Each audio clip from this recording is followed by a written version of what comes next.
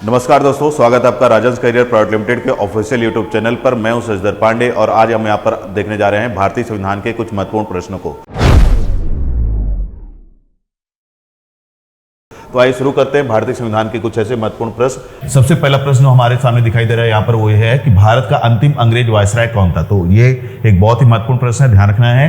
प्रश्न में जो पूछा गया उस पर ध्यान दीजिएगा कि भारत का अंतिम अंग्रेज वायसराय, ध्यान क्या रखना है आपको कि अंतिम अंग्रेज वायसराय भारत का कौन था, उसके बारे में आपको यहाँ पे बताना है। 4 ऑप्शन दिए गए हैं, Lord Curzon, Lord Wavell, Lord Mountbatten और लॉर्ड इरविन।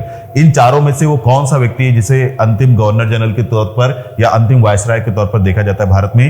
तो इस प्रश्न का जो सही उत्तर है वो है ऑप्शन सी, यानी कि लॉर्ड माउंटबेटन। लॉर्ड माउंटबेटन ही वो व्यक्ति हैं जिनको अंतिम वायसराय के रूप में अंग्रेजों ने भारत में भेजा था और इन्होंने ही भारत के विभाजन और भारत की आजादी की घोषणा की थी। तो ये ध्यान रखना है, बहुत ही महत्वपूर्ण प्रश्न है, कई बार ये प्रश्न एग्जाम में आ चुका है। इसके बाद अगर बात करें अगले महत्वपूर्ण प्रश्न की, तो अगला जो महत्वपूर्ण प्रश्न आपको दिखाई दे रहा है वो है भारत की संविधान सभा के अस्थायी सभापति या अस्थायी अध्यक्ष कौन थे। ये भी एक बहुत ही महत्वपूर्ण प्रश्न है, संविधान सभा से संबंधित प्रश्न है और ये प्रश्न भी कई बार कई रूपों में अलग अलग परीक्षाओं में आ चुका है। 4 ऑप्शन आपके सामने दिए गए हैं। पहला ऑप्शन है श्री सच्चिदानंद सिन्हा, इनका पूरा नाम है सच्चिदानंद सिन्हा। दूसरा नाम दिया है डॉक्टर राजेंद्र प्रसाद, तीसरा नाम दिया है डॉक्टर बी.आर. अम्बेडकर और चौथा नाम दिया है पंडित जवाहरलाल नेहरू। ये 4 नाम दिए गए हैं। प्रश्न में जो पूछा गया वो है कि भारत की संविधान सभा के कौन से अध्यक्ष, अस्थायी अध्यक्ष या अस्थायी सभापति या उप सभापति, जो भी नाम यहाँ पे दिया है, तो अस्थायी सभापति या अस्थायी अध्यक्ष कौन थे भारतीय संविधान सभा के। तो ये बहुत ही महत्वपूर्ण प्रश्न है और इस प्रश्न का जो उत्तर है वो है ऑप्शन ए, श्री सच्चिदानंद सिन्हा। इनको जो है 9 दिसंबर 1946 को जो संविधान सभा की पहली मीटिंग हुई थी उसमें उनको अस्थायी अध्यक्ष या सभापति के रूप में चुना गया था। तो इनका नाम अवश्य याद रखेंगे और इनको इसलिए चुना गया था क्योंकि वो उस 389 सदस्य की जो संविधान सभा थी उसमें सबसे वयोवृद्ध सदस्य थे, इस आधार पर इनको चुना गया था। तो ये ऑप्शन ए इसका सही उत्तर है, ध्यान रखना है। इसके बाद बढ़ते हैं अपने अगले प्रश्न पर। हमारा अगला प्रश्न है संविधान का मसौदा तैयार करने वाली समिति यानी कि ड्राफ्टिंग कमेटी के अध्यक्ष कौन थे। ये बहुत ही महत्वपूर्ण प्रश्न है, बहुत ज्यादा महत्वपूर्ण प्रश्न है, ये संविधान से जुड़ा हुआ प्रश्न। और प्रश्न ये पूछा गया कि जो संविधान सभा जो बनी थी उसमें अलग अलग समितियां बनी थी, उनमें से एक समिति थी ड्राफ्टिंग कमेटी यानी कि मसौदा समिति। तो ये या इसको आप जरूर ध्यान रखेंगे, ड्राफ्टिंग कमेटी का नाम ध्यान रखना है और उससे जुड़ा हुआ प्रश्न है। और ये ड्राफ्टिंग कमेटी जिसने संविधान का ड्राफ्ट तैयार किया था उससे जुड़ा हुआ प्रश्न है। प्रश्न में पूछा गया है कि उस ड्राफ्टिंग कमेटी के अध्यक्ष कौन थे। 4 ऑप्शन दिया गया है, जेबी कृपलानी, डॉक्टर राजेंद्र प्रसाद, जवाहरलाल नेहरू और बी.आर. अम्बेडकर। तो इस प्रश्न का सही उत्तर है option D, doctor Bhimrao Ambedkar, यानी कि बी.आर. अम्बेडकर जो है इस कमेटी के अध्यक्ष थे। ध्यान रखना है कि ड्राफ्टिंग कमेटी के चेयरमैन या अध्यक्ष कौन थे, भीमराव अम्बेडकर। और क्योंकि वो ड्राफ्टिंग कमेटी के चेयरमैन थे इसलिए ही उनको ही यानी कि डॉक्टर भीमराव अम्बेडकर को ही भारत के संविधान का पिता या जनक कहा जाता है। इस कमेटी का अध्यक्ष होने की वजह से कहा जाता है, ये आपको ध्यान रखना है। इसके बाद बढ़ते हैं अपने अगले प्रश्न पर। अगला प्रश्न है निम्नलिखित में से कौन भारत की संविधान निर्मात्री सभा का संवैधानिक सलाहकार था। तो जो हमारा संविधान बना उस संविधान का सलाहकार कौन था, मतलब संविधान में क्या बातें होनी चाहिए, कौन सी बातें नहीं होनी चाहिए, इन सारी बातों को लेकर के सलाह देने वाला व्यक्ति कौन था, यह प्रश्न यहाँ पर पूछा गया। यह भी एक महत्वपूर्ण प्रश्न है, कई बार परीक्षाओं में आ चुका है। तो पहला ऑप्शन दिया है एमसी जितलवाड़, दूसरा ऑप्शन दिया है के मुंशी, तीसरा ऑप्शन दिया है जवाहरलाल नेहरू और चौथा ऑप्शन दिया है बी.एन. राव। तो याद रखेंगे कि भारतीय संविधान सभा का संवैधानिक सलाहकार जिनको माना गया है वो है बी.एन. राव, बेनेगल श्याम राव। तो बेनेगल राव जो है वो इसके संविधान सभा के संवैधानिक सलाहकार थे, यानी कि ऑप्शन डी जो है वो इस प्रश्न का सही उत्तर है, आपको ध्यान रखना है। इसके बाद बढ़ते हैं अपने अगले प्रश्न पर। हमारा अगला प्रश्न है 11 दिसंबर 1946 को किसे संविधान सभा का स्थायी अध्यक्ष चुना गया। अभी थोड़ी देर पहले ही हमने अस्थायी अध्यक्ष की बात की थी, अब प्रश्न पूछा जा रहा है कि स्थायी अध्यक्ष किसको बनाया गया। तो मैंने थोड़ी देर पहले बताया है आपको कि जो अस्थायी अध्यक्ष बने थे डॉक्टर सच्चिदानंद सिन्हा, वो 9 दिसंबर 1946 को बने थे।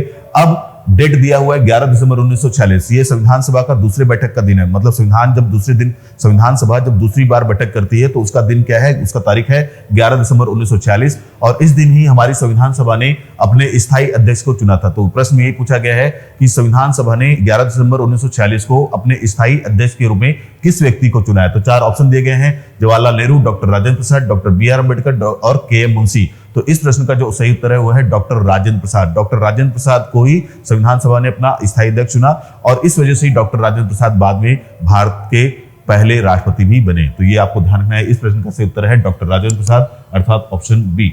बढ़ते हैं अगले प्रश्न की ओर। हमारा अगला प्रश्न है संविधान सभा द्वारा भारत के संविधान को तैयार करने के लिए कितनी समितियों का गठन किया गया था। तो मैंने जैसा बताया कि हमारा संविधान जो है उसको बनाने के लिए अलग अलग समितियों का गठन किया गया था, और भारत का संविधान वैसे भी दुनिया का सबसे बड़ा लिखित संविधान है, तो इसको बनाने के लिए 389 जो सदस्यीय संस्था थी, संविधान सभा थी, उसको अलग अलग समितियों में डिवाइड कर दिया गया था। प्रश्न यही पूछा गया है कि कुल कितनी समितियों में डिवाइड किया गया था संविधान सभा को, तो इसमें 4 ऑप्शन दिए गए हैं, 13, 9, 17 और 7। याद रखेंगे कि कुल 17 समितियों में विभाजित किया गया था संविधान सभा को, तो इस प्रश्न का सही उत्तर है ऑप्शन सी 17। इसके बाद बढ़ते अपने अगले प्रश्न पर। हमारा अगला प्रश्न है भारतीय संविधान है, यहाँ पर क्वेश्चन पूछा गया है कि भारतीय संविधान किस प्रकार का है। 4 ऑप्शन दिए गए हैं, पहला बहुत ही कठोर, दूसरा है कठोर, तीसरा है लचीला, चौथा है अंशतः कठोर और अंशतः लचीला।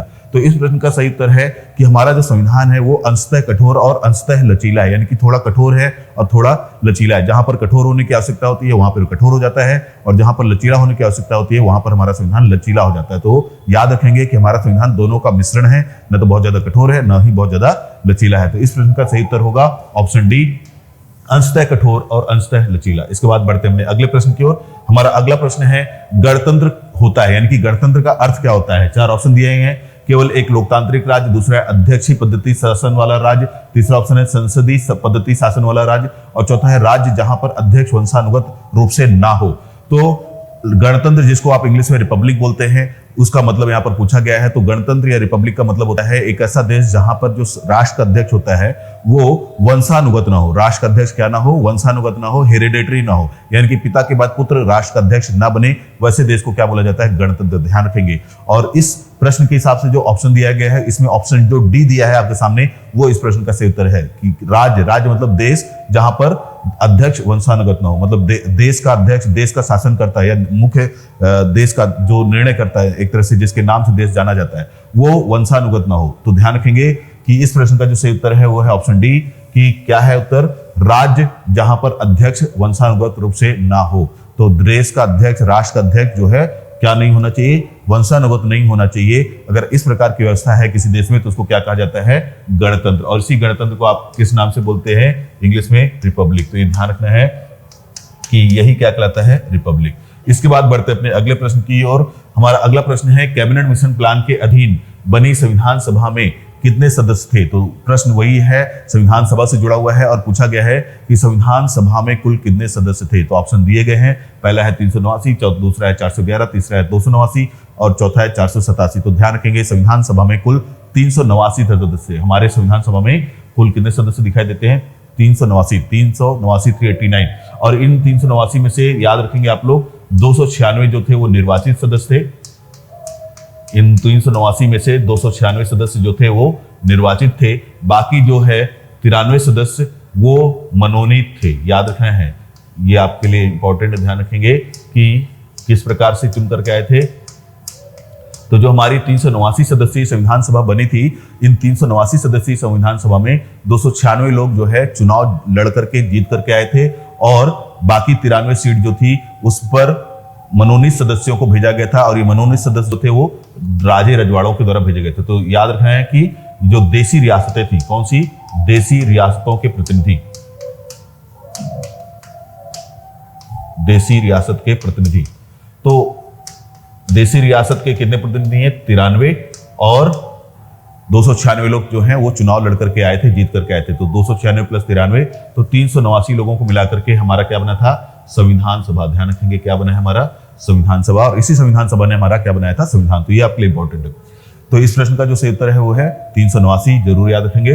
बढ़ते अपने अगले प्रश्न की ओर। हमारे देश का संवैधानिक नाम क्या है। तो बहुत ही महत्वपूर्ण प्रश्न है, ये भी आता है कि हमारे देश का संवैधानिक नाम क्या है। 4 ऑप्शन दिए गए हैं, भारत, दूसरा ऑप्शन दिया भारत अर्थात इंडिया, तीसरा है हिंदुस्तान और चौथा नाम दिया है आर्यावर्त।